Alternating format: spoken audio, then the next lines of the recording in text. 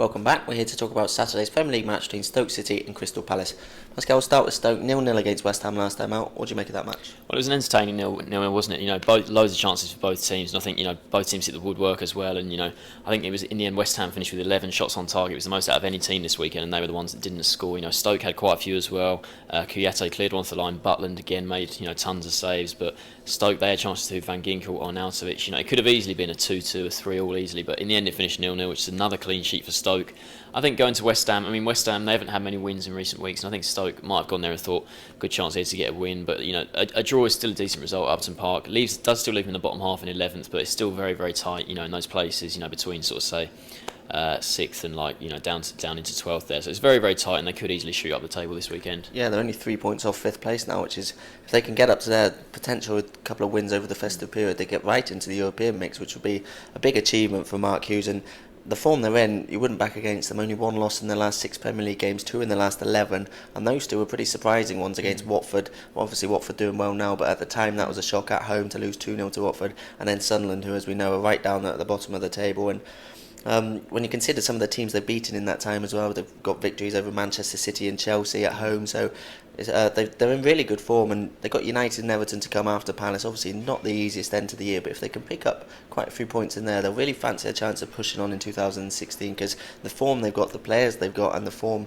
those players are in, the likes of Arnautovic especially, they'll fancy the chance of giving any team a game at the moment. And as I mentioned, at home particularly they're in good form. They've only lost 1 of 7 since August in the Premier League, and that does include the victories over Man City and Chelsea, and 2 over Chelsea if you count the penalty shootout victory in the League Cup as well. Yeah, those 3 games coming up, you mentioned Palace here, United, Everton, all 3 of those teams obviously just above them in the table, and they could really, so if they got 7 points from these 3 games, they could really start to climb the table. And the reason for their improved form of late has been, the defence. He's been so good. We've talked about Butland so many times this season. He's having a great year, and Shawcross, I think it's nearly 500 minutes now in the Premier League. He hasn't conceded when he's been in the team. It's 7 clean sheets in their last 8 in all competitions, 7 in their last 9 in the Premier League.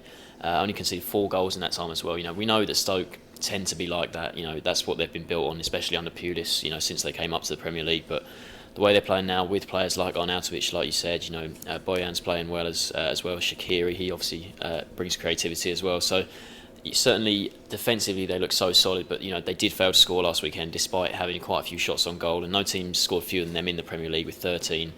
So attacking they do need to score a few more, but only Arsenal and United have conceded fewer than them. So you've got to just try and maybe, if they really want to push up towards the European places, like you were saying, they just need to score a few. Keep it as tight as they have been at the back, but just score a few like they can. And when they play like they did, say, against City, a couple of weeks back when they beat City 2, if they play like that, they should easily finish in the top half this season, I think. Palace are a team with very similar ambitions at the moment. They're in 6th place at the moment, which was fantastic achievement as well from Alan Pardew. Both these managers have done really well for their team since taking over them, and only 3 points off the top 4 now, Crystal Palace, after obviously Manchester United and Tottenham both dropped points last weekend, and Palace got the victory over Southampton. A lot of chances, but you'd have to say they deserved the victory in that one. Both keepers were tested. Hennessy probably made the better of the saves, but Gazzaniga was certainly the busier of the 2 keepers. Palace had quite a few chances. Balassi again was very dangerous down the wings, putting a few fantastic crosses, one of which Johan Gabay scored from. That's his 5th goal of the season, first from open play I think since the opening day of the season though, and he's got a good record against Stoke. He scored 4 goals in his last 4 Premier League games against them, so he'll fancy a chance of adding to his tally there. But first consecutive home league wins of the season. So Southampton, they're not in great form, but it's still a decent victory for them to get 3 points there. And obviously there's that whole thing about Alan Pardew going to the pub with the Crystal Palace fans after the game, so everything's going right for Palace at the moment. The real feel-good factor around the club, and they'll certainly be confident going into this game as well. Yeah, I think there's certainly comparisons that can be made between the 2 teams. You were saying about Stoke's defeats that they've had in, say, the last 10 games, both been surprising ones to Watford and Sunderland, and you look at the Palace have only lost 1 of their last 6 in the Premier League, and that was the one Monday night at home to Sunderland. That where they made that mistake that gifted Defoe the goal. Since they've taken points off United, Liverpool, Everton, Southampton, like you were saying last week in recent weeks. So they have been really, really good, and we know that we tend to talk up Palace's away form. They're usually very good. No team's conceded fewer away goals this season than them, and their last 2 away games they've been to Everton and Liverpool. The 2 Merseyside clubs got 4 points there, winning at Anfield, getting the draw at Everton. So it's been really, really good from them, and they're looking for their first consecutive wins for more than 2 months. So that's been the only real problem with them, is that there's been some really impressive results, but then just too many draws in between. The odd defeat, they're not really stringing it, a winning streak together necessarily, which is the sort of thing that would, take them, right up to the table. But it's still where they're sitting, level on points with Spurs. They're in 6th. They are in the European places at the moment, and really, really impressive. does look like a pretty tough one to call. Which one? Where do you see it going?